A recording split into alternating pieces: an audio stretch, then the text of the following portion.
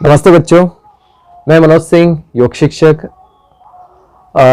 मेरा संक्षिप्त में परिचय मैं इतना ही दूंगा कि मैं एक योग शिक्षक हूँ और बाकी बातों में हमारा कीमती समय बर्बाद करने से ज़्यादा या मेरा स्वयं का परिचय देने से ज़्यादा बेहतर है कि मेरा नाम काफ़ी है और मैं योग शिक्षक हूँ, ये परिचय पर्याप्त है। यहाँ पर मैं बहुत बहुत आभार व्यक्त करता हूँ डॉक्टर सोनल जी का, जिन्होंने मुझे ये एक सुवर्ण मौका जो एक दिया कि मैं आपके समक्ष कुछ बोल सकूं और योग की साधना, योग के ज्ञान के बारे में जो हम प्राणायाम की बात करते हैं। विशेष रूप से डॉक्टर सोनल जी ने मुझसे एक निवेदन किया था कि बच्चों को प्राणायाम जो महत्वपूर्ण है, जो उनके पढ़ाई में बहुत ज़्यादा मदद करेंगे, उन्हें लाभ देंगे, ऐसे कुछ प्राणायाम हमें ज़रूर बताइए। तो यहाँ पर हम वही प्राणायाम करेंगे जो कि हमारे पढ़ाई में बहुत ज़्यादा महत्वपूर्ण है, जो हमारे प्रज्ञा को बढ़ाते हैं, जो हमारे मस्तिष्क का पूर्णतः विकास करते हैं।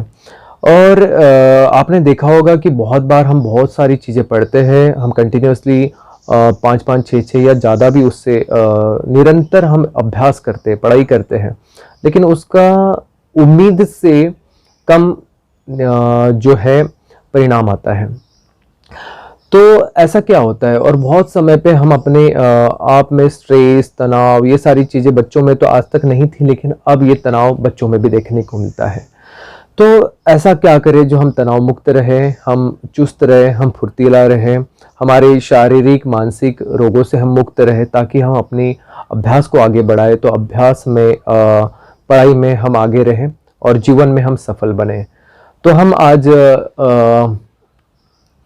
प्राणायाम जो कि बहुत ही महत्वपूर्ण है वो देखेंगे। एक उद्गित प्राणायाम जिसको हम ओम चांटिंग एक प्रोसेस और एक सही ढंग से करते हैं, सही तकनीक से करते हैं। दूसरा प्राणायाम है भ्रामरी, जो कि हमिंग साउंड, जिसको हम बोलेंगे कि एक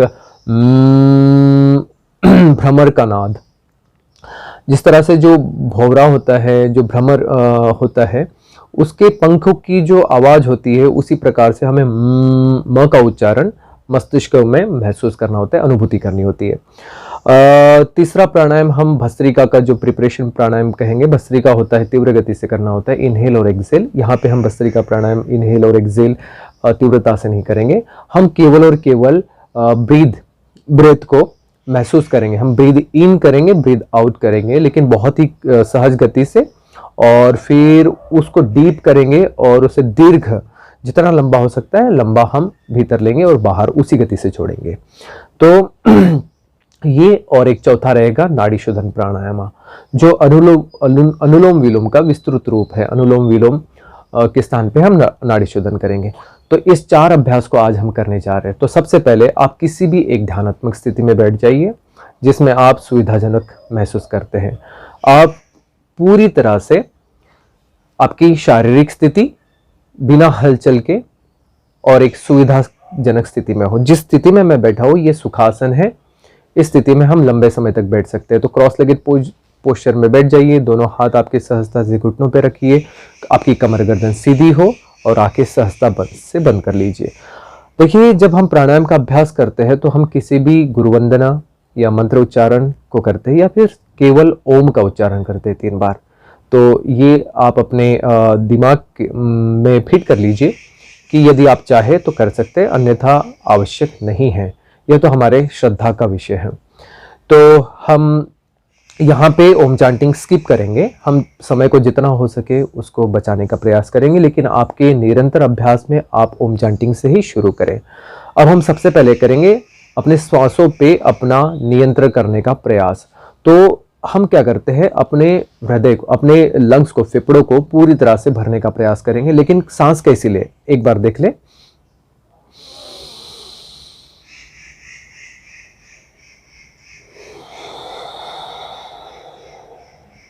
इस प्रकार से सांसें, श्वास प्रश्वास सहज हो, उसकी गति सहज हो। श्वास जिस गति से हम अंदर भीतर लेंगे उसी गति से हम श्वासों को बाहर छोड़ेंगे। तो ब्रीद इन और ब्रीद आउट की जो गति है वो एक समान होनी चाहिए। तो अब इस अभ्यास को हम 30 सेकेंड्स के लिए करेंगे। यहाँ पे ये अभ्यास के स्वरूप में मैं संक्षिप्त रूप में आपको बता रहा हूँ, और आप जब अभ्यास करोगे तो इसको कम से कम 2 मिनट करना है। एक अभ्यास को कम से कम 2 मिनट करना है। तो हम चारों अभ्यास को 2-2-2-2 यानी 8 मिनट हम कंप्लीट करेंगे। तो यहाँ पे मैं केवल आपको एक अभ्यास के तौर पे 30 सेकेंड्स के लिए बता रहा हूँ, फिर उसके बाद आप इसको निरंतर 2 मिनट में कन्वर्ट करोगे।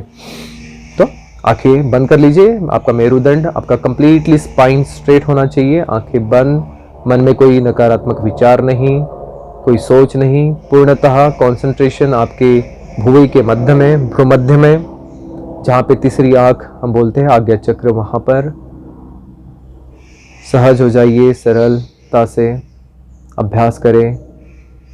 सतु दीर्घकाल नैरंतर्य सत्कार सेवित दृढ़ भूमि।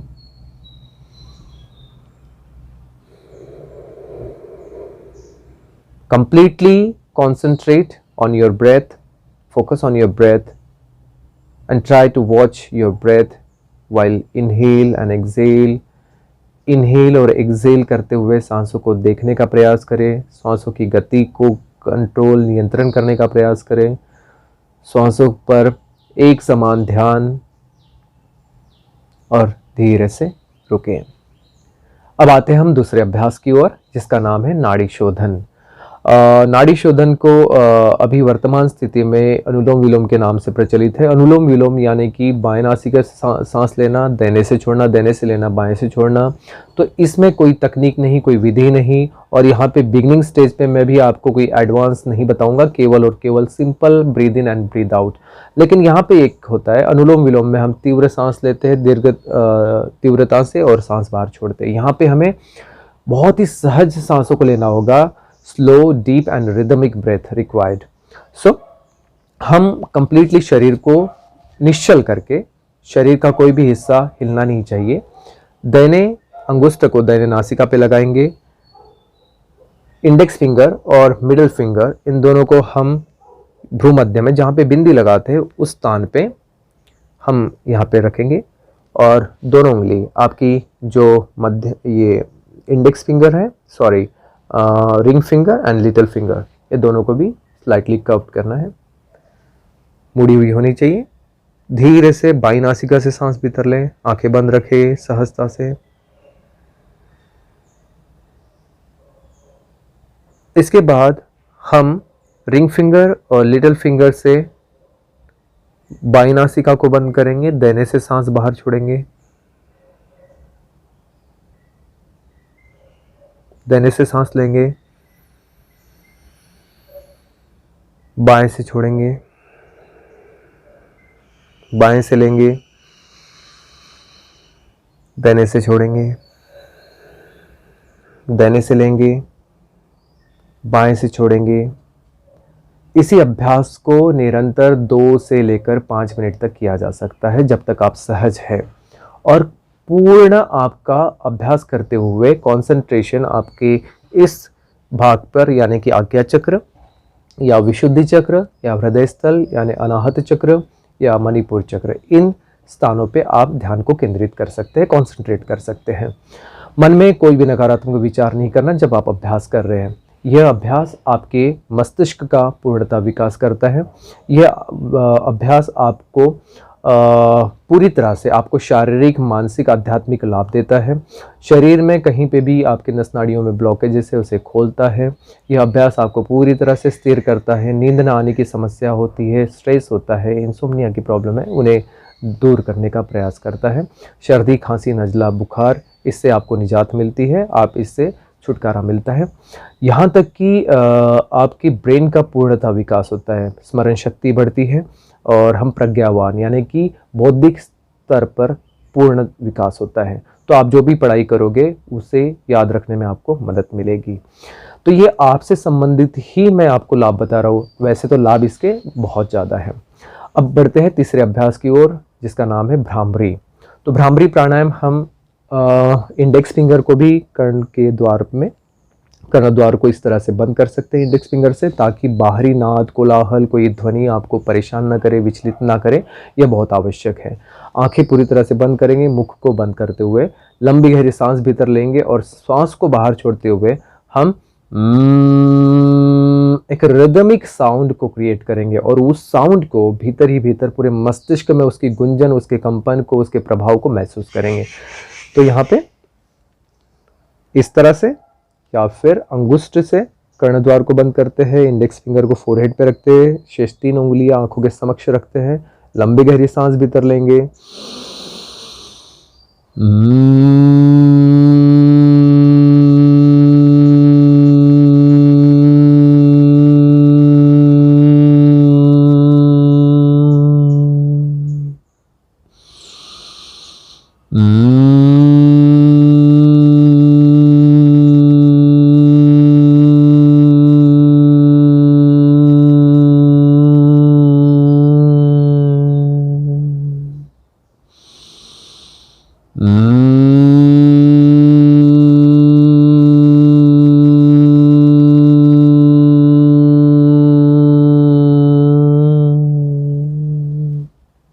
धीरे से हाथ नीचे, आंखें खोले।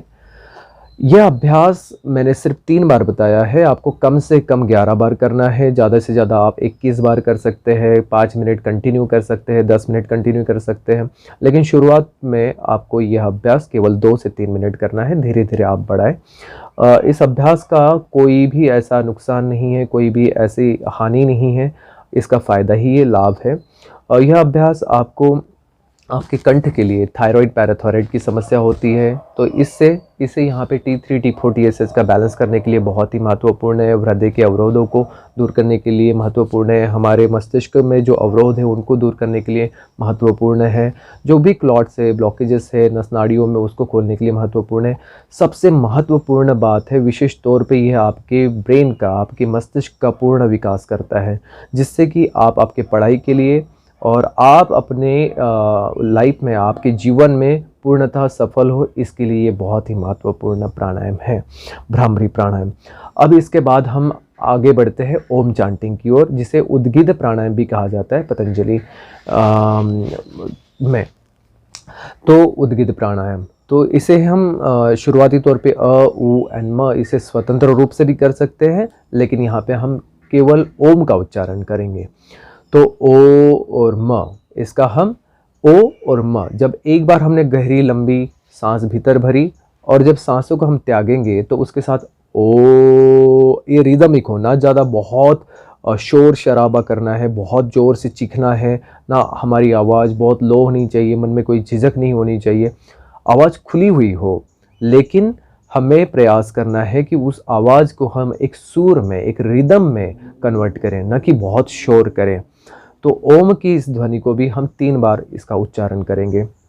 सहजता से दोनों हाथ ज्ञान मुद्रा में। ज्ञान मुद्रा बहुत ही महत्वपूर्ण है आपके कंसंट्रेशन के लिए। तो इस प्रकार से सहजता से घुटनों पे रखें, शरीर को सीधा रखें, कहीं से भी शरीर इस तरह से मुड़ा हुआ ना हो, इस बात का ध्यान रखें। आंखें बंद कर लीजिए।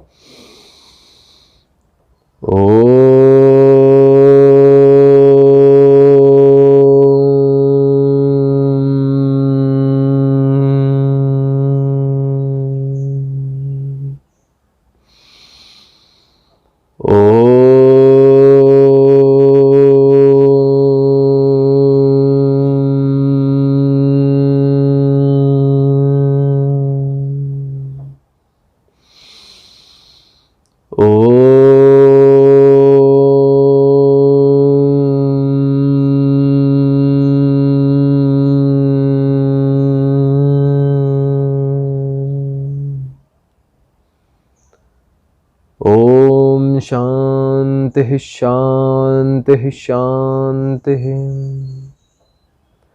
यह अभ्यास हमने केवल 3 बार किया है, आप कम से कम 11 बार करें, 21 बार करें, या फिर 5 या 10 मिनट निरंतर करें।